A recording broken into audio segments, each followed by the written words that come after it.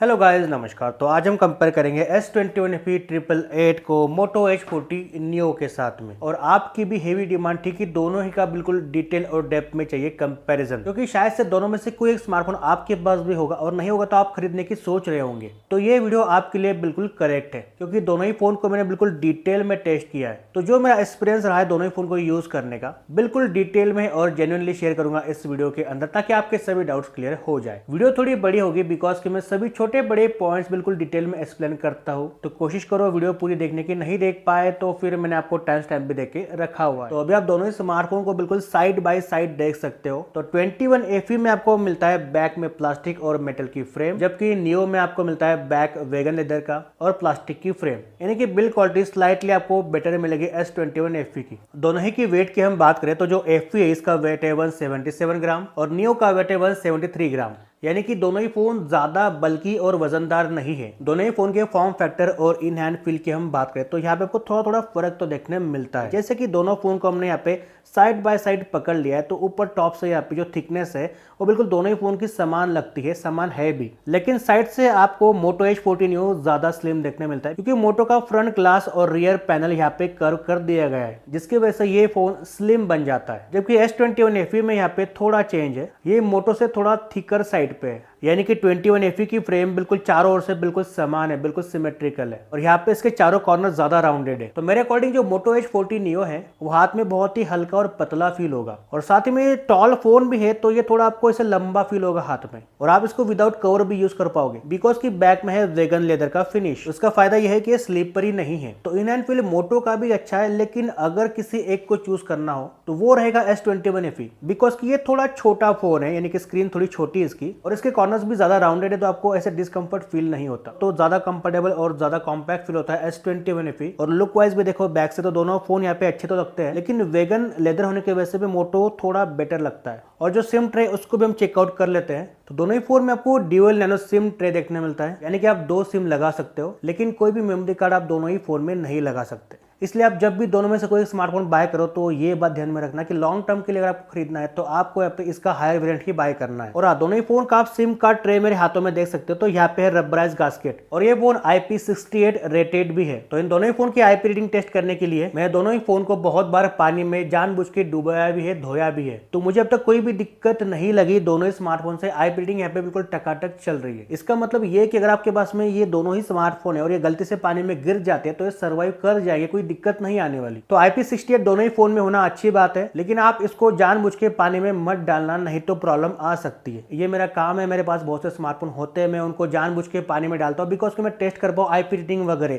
ताकि आपको सब कुछ बातें क्लियर हो जाए। क्योंकि IP रेटिंग होने के बाद भी फोन में पानी जा सकता है, खराब हो भी सकता है, और कोई भी कंपनी इसका क्लेम नहीं लेती, आपको जेब से पैसा पे करना पड़ेगा। नेक्स्ट हम बात करते हैं दोनों ही फोन के डिस्प्ले के बारे में, लेकिन बात हम करते हैं उससे पहले इन दोनों ही फोन के स्पीकर्स के बारे में। दोनों ही फोन में आपको मिलते हैं dual stereo speaker with Dolby Atmos के साथ में। अब यहाँ पे मुझे सबसे ज्यादा इंप्रेस किया Moto H40 Neo ने, बिकॉज कि इसका जो आवाज है वो ज्यादा लाउड है S21FE से। तो अभी एक सैंपल आप सुन लो, ये S21FE है फुल वॉल्यूम के साथ में,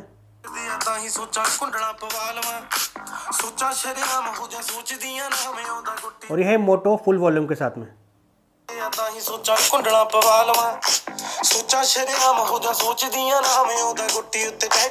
वैसे S21FE भी लाउड है, लेकिन कंपेयर करोगे तो यहाँ पे मोटो थोड़ा लाउड है। बट अगर मैं बात करूँ ईयरफोन्स के अंदर साउंड क्वालिटी की, तो मैंने दोनों ही फोन को कनेक्ट किया बोट के नेक बैंड के साथ में और गैलेक्सी बड्स के साथ। तो जो आउटपुट था ईयरफोन के अंदर वो सैमसंग का बहुत ही ज्यादा बेटर था, नेक बैंड के अंदर, बोट के अंदर और सैमसंग बड्स के अंदर भी। तो साउंड क्वालिटी विदाउट ईयरपीस यहाँ पे मोटो की ज्यादा लाउड है, लेकिन ईयरपीस में यहाँ पे S21FE विनर है। नेक्स्ट हम बात करते हैं दोनों ही फोन के डिस्प्ले के बारे में। तो भाई देखो, सैमसंग तो किंग है ही डिस्प्ले के अंदर, लेकिन इस बार अंडर 25 के बजट में मोटो ने बहुत ही कमाल का काम कर दिया है। अब देखो यहाँ पे Moto H40 Neo में आपको देखने मिलता है इस बजट में 6.55 इंच का एक 144 हर्ट्ज का P OLED कर्व डिस्प्ले, और FE में आपको मिलता है 6.4 इंच का एक 2x डायनामिक AMOLED का पैनल विद 120 हर्ट्ज के साथ में, और ये एक फ्लैट डिस्प्ले है। दोनों ही फोन के डिस्प्ले HDR10 पर सर्टिफाइड है, तो आप इसमें HDR कंटेंट देख सकते हो। जैसे कि मैंने दोनों ही फोन में YouTube के ऊपर 4K HDR वीडियो बिल्कुल हाई क्वालिटी में प्ले किया, तो दोनों ही फोन के अंदर ये स्मूथली प्ले हो जाते हैं, कोई भी यहाँ पे अटकता नहीं है वीडियो। क्योंकि मैंने कई बार देखा है कि अच्छा चिपसेट होने के बावजूद भी 4K HDR वीडियो यहाँ पे YouTube में अटक जाता है, जो कि Moto H40 Neo में ऐसी कोई बात नहीं है, यहाँ पे बिल्कुल स्मूथली प्ले होता है।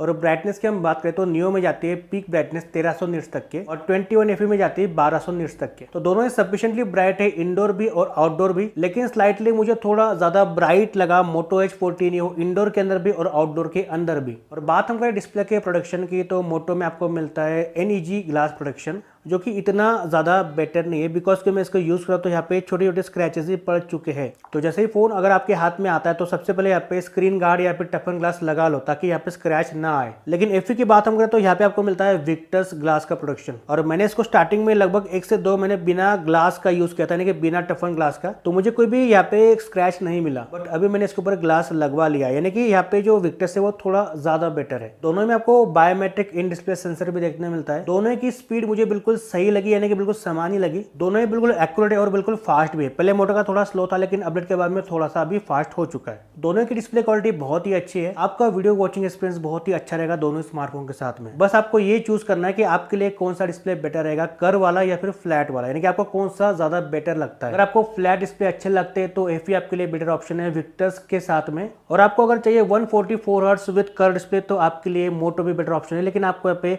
जो प्रोडक्शन है वो इतना बेटर नहीं मिलता। नेक्स्ट हम बात करते हैं दोनों स्मार्टफोन के बैटरी बैकअप और चार्जिंग स्पीड के बारे में। तो नियो में आपको मिलती है बड़ी सी बैटरी 5000 mAh की और 66 वैट का फास्ट चार्जर इन बॉक्स में, जबकि S21 FE में आपको मिलती है 4500 mAh की बैटरी। बॉक्स में आपको कोई भी अडाप्टर देखने नहीं मिलता, आपको बस मिलती है C2C वाली चार्जिंग केबल। आपको अलग से चार्जर बाय करना पड़ेगा। ये फोन सपोर्ट करता है 15 वैट और 25 वैट चार्जिंग को। बात हम करें चार्जिंग स्पीड की तो H40 नियो चार्ज होता है 0 से 100% तक के 66 वैट से 50 मिनट में, और S21 FE चार्ज होता है 15 वैट से 1 घंटा 35 मिनट में 0 से 100% तक के, और 25 वैट से 1 घंटा 15 मिनट में 0 से 100% तक के। S21 FE की बात मैं कर रहा हूँ, ओके, यानी कि मोटो फास्ट चार्जिंग में बाजी मार लेता है। और बात हम कर रहे हैं चार्जिंग के टाइम पे हीटिंग की, तो भाई देखो दोनों ही फोन तो गर्म होते हैं चार्जिंग के टाइम पे, लेकिन मोटो H40 नियो ज्यादा गर्म हो जाता है। सैमसंग भी होता है लेकिन ये थोड़ा इससे कम गर्म होता है। वैसे ये कोई भी फोन हो गर्म तो होते हैं चार्जिंग के टाइम पे, इससे कोई बड़ा इश्यू नहीं आता। बस आपको एक काम करना है, आप जब भी फोन चार्ज करोगे तो आपको फैन ऑन रखना है रूम का, फोन को बिल्कुल ऐसी जगह पे रखना है जहाँ पे सही से एयर फ्लो हो, तो यहाँ पे फोन थोड़ा जल्दी गर्म होकर ठंडा भी हो जाएगा, यानी कोई दिक्कत नहीं आएगी।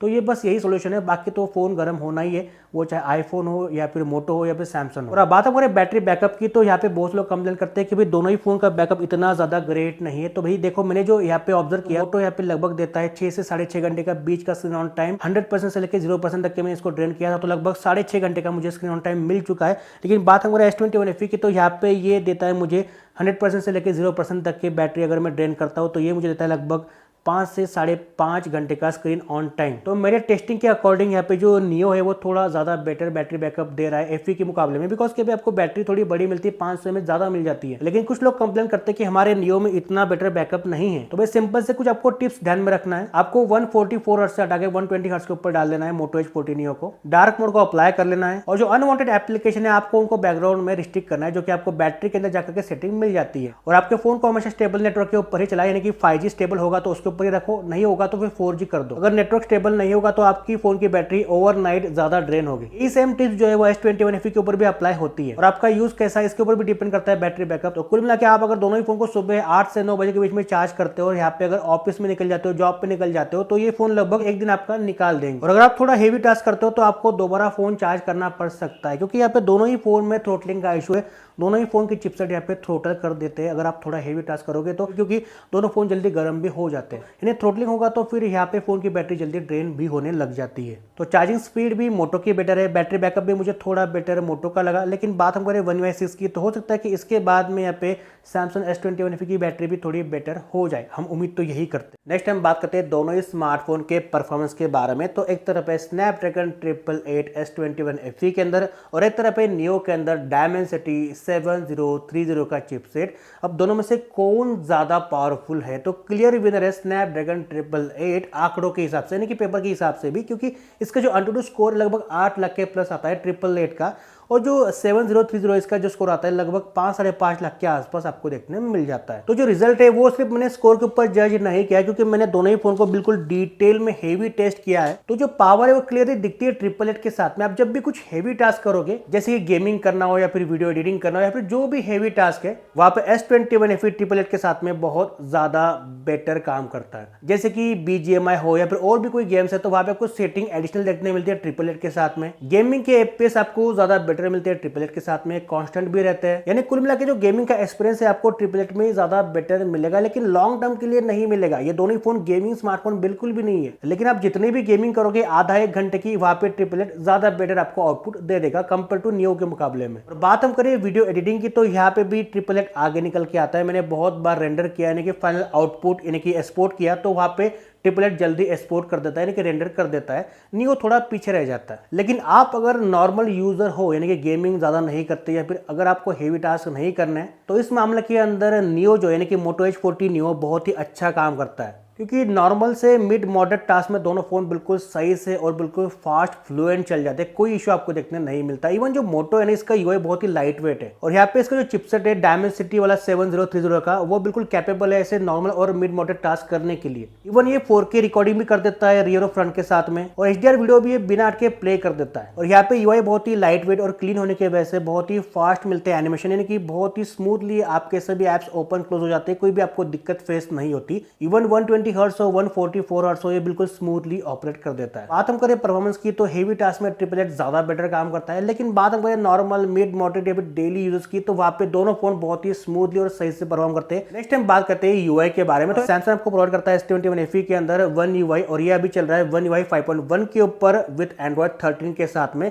इसको बहुत जल्दी Android 14 का अपडेट आएगा One UI 6 के ऊपर। और मोटो भी यहाँ पे आपको प्रोवाइड करता है MyOS इन का, और ये चल रहा है Android 13 के ऊपर। बात हम करें अपडेट पॉलिसी की, तो देखो भाई मोटो आपको प्रोवाइड करेगा 2 साल की मेजर OS अपडेट और 3 साल तक की सिक्योरिटी पैच अपडेट, यानी कि ये फोन अभी 13 के ऊपर है, तो आपको यहाँ पे 14 और 15 देखने में मिल जाएगा। और S21 FE में आपको मिलेगी 4 साल तक की मेजर अपडेट और 5 साल तक की सिक्योरिटी पैच अपडेट, यानी कि ये फोन Android 12 के ऊपर आया था, यहाँ पे इसको Android 16 तक की अपडेट मिलेगी, यानी कि इसकी फाइनल अपडेट रहेगी Android 16 की। और जो अपडेट प्रोवाइड करने का या फिर पुश करने का जो स्पीड है वो भी सैमसंग का ज्यादा, यानी कि आपको बहुत जल्दी Android 14 मिलेगा, यानी कि लगभग 1 महीने के आसपास इसमें 14 मिल जाएगा 6 के साथ में। लेकिन मोटो यहाँ पे कब तक Android 14 देगा वो कुछ बोल नहीं सकती, क्योंकि ये जल्दी अपडेट रोल आउट या फिर पुश नहीं करता, ये इसकी एक दिक्कत है, ये जल्दी सॉल्व होना चाहिए। अब देखो अपडेट पॉलिसी के हिसाब से तो सैमसंग ज्यादा बेटर है, साथ में ये जल्दी पुश भी करता है। लेकिन बात हम करें दोनों ही यूआई के बारे में, यानी कि कौन ज्यादा बेटर है यूज के हिसाब से, तो One UI हो या फिर MyUX हो मोटो की, दोनों ही स्मूथ है, क्लीन है और एड फ्री, आपको कोई भी एड देखने नहीं मिलता दोनों ही के अंदर। बात हम करें ब्लोटवेयर की, तो हल्के फुल्के ब्लोटवेयर आपको देखने मिलते हैं सैमसंग के अंदर, लेकिन मोटो बिल्कुल भी ब्लोटवेयर नहीं देता। यहाँ पे सभी आपको देखने मिलते हैं मोटो के ऐप या फिर गूगल के एप्लीकेशन। One UI जो है एक हेवी स्क्रीन है, लेकिन आप इसमें बहुत ज्यादा कस्टमाइजेशन कर सकते हो। मोटो की MyUX बिल्कुल लाइट वेट UI है, क्योंकि यहाँ पे आपको नियर बाय स्टॉक एंड्रॉइड का एक्सपीरियंस देखने मिलेगा, ये बहुत हेवी स्क्रीन नहीं है, यहाँ पे आपको हल्के फुल्के कस्टमाइजेशन देखने मिल जाते हैं। इसी के चलते यहाँ पे जो एनिमेशन है बहुत ही फास्ट आपको देखने मिलता है, यानी कि एप्लीकेशन ओपन क्लोज बहुत ही फास्ट तरीके से हो जाता है।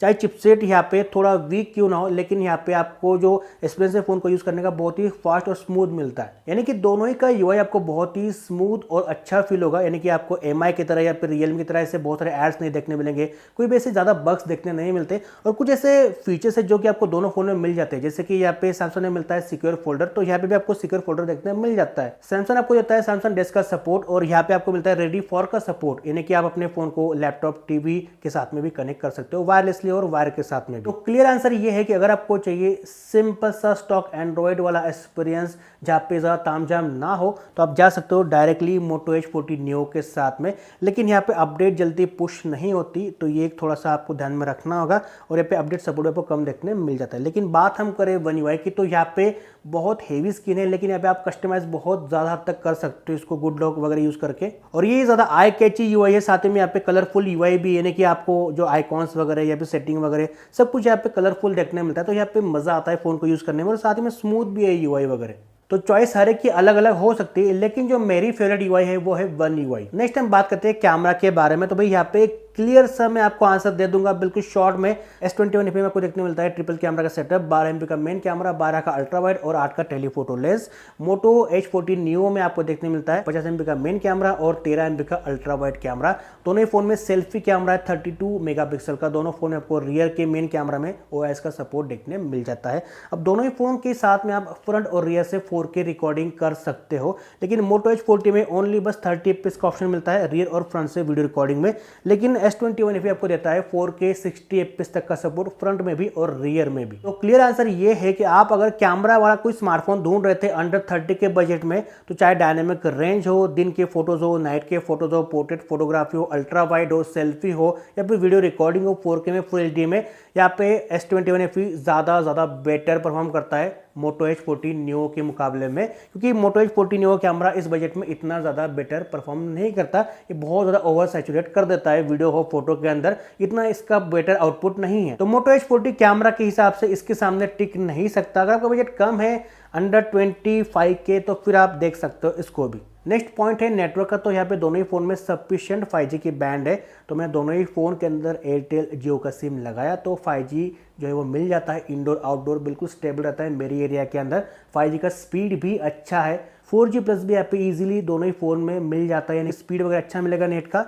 तो यहाँ पे आप स्पीड भी देख सकते हो, कोई इशू मुझे देखने नहीं मिला। इवन यहाँ पे कोई कॉल ड्रॉप का भी ऐसे इशू देखने नहीं मिला। बस VI के साथ में दिक्कत आती है जो कि वो नेटवर्क का इशू है, लेकिन जियो और एयरटेल के साथ में मुझे कोई भी दोनों ही फोन में दिक्कत देखने नहीं मिली। हाँ, बात हम करें यहाँ पे ईयरपीस क्वालिटी की, यानी कॉलिंग के टाइम पे यहाँ पे जो आवाज़ आती है सामने वाले की, तो यहाँ पे S21 FE में थोड़ी ज़्यादा बेटर और लाउड आती है, जबकि मोटो में थोड़ी सी यहाँ पे कम आती है, इतनी बेटर नहीं आती है। वो एक थोड़ी मुझे यहाँ पे फर्क देखने मिला, तो मैं आपको क्लियरली बता दिया। ओके, हाँ, एक बात की भाई कॉल रिकॉर्डिंग का सपोर्ट है, यानी कि S21 FE में आप कॉल रिकॉर्डिंग कर सकते हो विदाउट अनाउंसमेंट के साथ में, लेकिन मोटो H40 Neo में यहाँ पे कॉल रिकॉर्डिंग मिलती तो है, लेकिन अनाउंस कर देता है बिकॉज कि आपको यहाँ पे मिलता है गूगल का डायलर। तो कुल मिला के सब कुछ बातें मैंने दोनों ही स्मार्टफोन के बारे में क्लियर कर दी है। आपने अगर वीडियो पूरी देखी होगी तो आपके सभी कुछ डाउट क्लियर हो चुके होंगे। फिर भी अगर आपको फाइनल वर्डिक्ट चाहिए, यानी कि फाइनल चाहिए कंक्लूजन, तो भाई देखो, अगर आप कैमरा वाला स्मार्टफोन ढूंढ रहे हो, लॉन्ग टर्म के लिए यूज करना चाहते हो, आपको लंबा अपडेट सपोर्ट चाहिए, बिल्कुल यहाँ पे रेगुलर अपडेट मिलनी चाहिए, तो आप सैमसंग S21 FE के साथ में जा सकते हो, जहाँ पे आपको फ्लैट डिस्प्ले देखने मिल जाता है, जो कि अच्छा स्मार्टफोन है। यहाँ पे ट्रिपलेट होने की वजह से पावर भी आपको ज्यादा देखने मिल जाएगी। लेकिन आपका बजट अगर 30,000 के आसपास अलाउ नहीं करता, अंडर 25 के आसपास है, तो आप डेफिनेटली मोटो H40 Neo के साथ भी जा सकते हो, जो कि ये भी सभी कुछ फ्लैगशिप फीचर्स आपको दे देता है इस बजट के अंदर, जैसे कि IP68 की रेटिंग वगैरह हो, या फिर स्टीरियो स्पीकर वगैरह हो, कर्व डिस्प्ले वगैरह हो। बस यहाँ पे दिक्कत यही है कि इसका कैमरा इतना बेटर नहीं है, और साथ में इसका जो अपडेट सपोर्ट है इतना बेटर नहीं मिलता, और यहाँ पे लॉन्ग टर्म के लिए नहीं मिलेगा। बाकी ये फोन भी आपके लिए एक अच्छी चॉइस बन सकता है। लेकिन अगर हम बात करें अंडर 30 के बजट में ओवरऑल एक पैकेज की, तो भाई वो S21 FE मुझे ज्यादा बेटर लगता है। अभी आपकी चॉइस अलग अलग हो सकती है, मैंने आपको सब कुछ क्लियरली बता दिया है, आप वहां पे चेकआउट कर सकते हो, यानी सभी पॉइंट्स को आप फिर से देख सकते हो।